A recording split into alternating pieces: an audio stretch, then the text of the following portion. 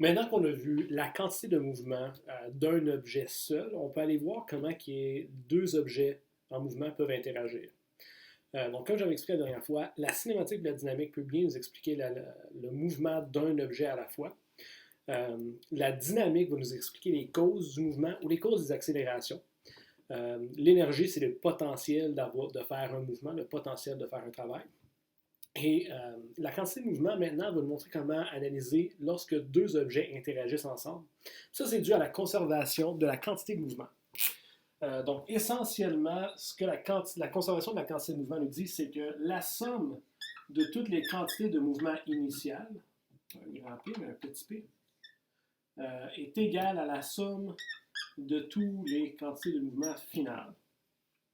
Bon, essentiellement, c'est ça. C'est comme la conservation d'énergie. EI égale EF, bien, la quantité de mouvement initial est égale à la quantité de mouvement final avant et après une interaction. Souvent, on va parler des collisions dans ce cas-ci. Donc, si on développe ceci, je pourrais avoir genre une première masse M1 avec une vitesse on va dire V1 initiale, vectorielle, plus M2 V2 initial, plus M3 V3 initial, etc. Je peux en avoir plusieurs, toutes mes quantités de mouvement. Et ça doit être égal à M1 V1 2, ou on va passer avec initiale finale, M1 V1 final, plus M2 V2 final, plus M3 V3 final, plus M3 V3 final, point. Okay? Donc, tout ce que tu as au début, il faut que ce soit égal à ce que tu as à la fin. Donc, les changements de vitesse et des fois des changements de masse peuvent venir en jeu qui peuvent changer la situation. Remarque que parfois, je pense dans votre manuel, au lieu d'avoir initial final, les autres vont mettre prime. Donc, ils vont mettre V1, V2, V3, et au lieu d'avoir final, les autres vont mettre un petit prime. Donc, V1 prime, V2 prime, V3 prime. Et si parfois, s'il y aurait une troisième situation, une autre collision, on pourrait mettre V1 prime prime, prime, ou 3 prime, etc. Donc, quand je dis prime, c'est une petite apostrophe qu'on met en haut. Ce n'est pas un exposant à la 1, ce n'est pas un exposant à la 11, c'est prime. Ça veut dire que c'est une nouvelle vitesse associée à V1, à ma masse 1. Donc, peu importe, en 12e, ça va être initial, final, ou V et V prime. Donc, il n'y en aura pas de troisième, quatrième situation, mais si jamais dans le futur vous faites des cours de physique, ça se peut que vous allez les voir. Donc, la conservation de la quantité de mouvement, c'est une conséquence de la conservation d'énergie, la conservation de la masse. Donc, en chimie, vous avez probablement déjà parlé que la masse est toujours conservée. Donc, il n'y a jamais de perte de masse quand tu fais une réaction chimique, ni quand tu vas avoir une réaction ou une interaction entre deux masses qui bougent. Deux voitures se frappent. Chaque morceau de ces voitures, chaque masse qui faisait partie de la voiture est considéré dans le calcul de la conservation de la quantité de mouvement. Même si le bumper s'arrache, même s'il y a une roue qui s'en va à une autre direction, on considère tout ça comme dans la quantité de mouvement. Similairement, conservation de l'énergie. Donc, quand on parle des vitesses, on les associe à l'énergie cinétique, une conservation d'énergie cinétique va venir en jeu un peu plus tard. Pour l'instant, on va regarder la conservation de la quantité de mouvement à une dimension, puis on va l'amener en deux dimensions dans la prochaine partie. Premier problème, on a une personne sur un radeau, ça peut être sur un quai, ça peut être sur un canot, initialement immobile. Donc c'est ça, les deux n'ont pas de vitesse. Masse de la personne, 75 kg, vitesse initiale de la personne, juste VP, 0. Masse du radeau, du bateau, du quai, whatever, 55 kg, la vitesse du radeau est 0. Après, la personne va commencer à marcher et va atteindre une vitesse finale, ou une deuxième vitesse, on va appeler ça V', vitesse de la personne prime, ça veut dire la deuxième vitesse, de 2,3 mètres par seconde vers l'avant. Donc, la personne avance. Qu'est-ce que le rideau va faire? Le radeau va faire. Donc, ceux qui ont déjà été dans un bateau, si tu marches dans un petit bateau, tu essaies de courir dans une direction, tu vas remarquer que le bateau s'en va dans l'autre. Ça, c'est une conséquence de la troisième loi de Newton, action-réaction. Si tu veux avancer, tu dois appliquer une force vers l'arrière sur le radeau qui va pousser le radeau vers l'arrière. Mais on peut l'analyser avec la quantité de mouvement, ou la conservation de la quantité de mouvement. Donc, je sais que la somme de toutes les quantités de mouvement initiales va être égale à la somme de toutes les quantités de mouvement finales. Ouais, donc ça, c'est la conservation de la quantité de mouvement. Initialement, j'ai une masse d'une personne qui avait une vitesse vectorielle plus la masse du radeau, R, qui avait une certaine vitesse du radeau. Ensuite, je vais avoir encore la masse de la personne. Il n'y a pas eu de changement de masse. Il n'a pas perdu de poids. Il n'a pas enlevé une jambe. Donc, c'est encore la même masse avec une vitesse de la personne prime. Maintenant, je mets un prime pour montrer que c'est la deuxième vitesse. Plus la masse du radeau, vitesse du radeau, prime, encore vectorielle. Initialement, vitesse du radeau, vitesse de la personne, c'est 0. Donc, j'ai aucune quantité de mouvement initiale. Donc, initialement, j'ai aucune quantité de mouvement. C'est correct. On veut juste trouver que la quantité de mouvement total final va être 0. Ça veut dire que les deux vont voir qu'ils s'annulent.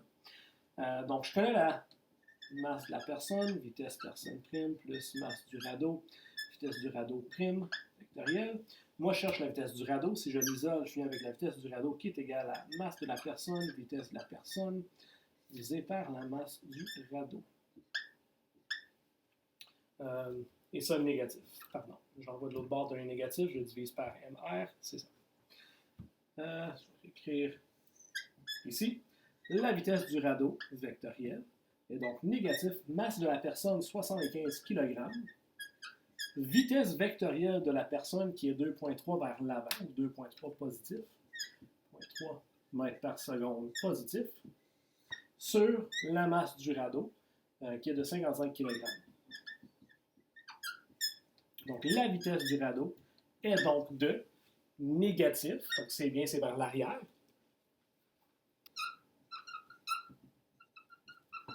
Donc, la vitesse du radeau serait donc à deux chiffres significatifs de négatif 3,2 mètres par seconde ou 3,2 mètres par seconde vers l'arrière. Et ça, c'est vectoriel. OK? Donc, si la personne commence à marcher vers l'avant, ben, le radeau, commence à bouger vers l'arrière et on peut utiliser l'analyse de la quantité, la conservation de la quantité de mouvement pour trouver la vitesse du radeau lui-même. Donc, initialement, il n'y avait aucune quantité de mouvement. À la fin, il y a encore un total de 0 quantité de mouvement. À cause de lui, il y a une quantité de mouvement positive, le radeau a une quantité de mouvement négative. Les deux s'annulent pour donner un résultat de 0. Okay? Donc, il n'y a rien de gagné, il n'y a rien de perdu.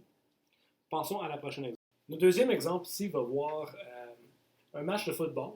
Tu vas avoir un demi, donc j'imagine que c'est un halfback, toujours de même. Je n'ai aucune idée, je ne joue pas au sport. De 108 kg qui court à une vitesse de 9,1 mètres par seconde vers l'est. Donc, il court, disons, vers l'avant, vers l'est. Ça, c'est A qui est en train de courir vers l'est. Il va se faire plaquer, il va se faire frapper par un autre joueur qui a une masse de 91 kg, donc une plus petite masse, et une plus petite vitesse, mais en direction opposée. Donc, il s'en va dans la direction opposée. Il veut le ralentir.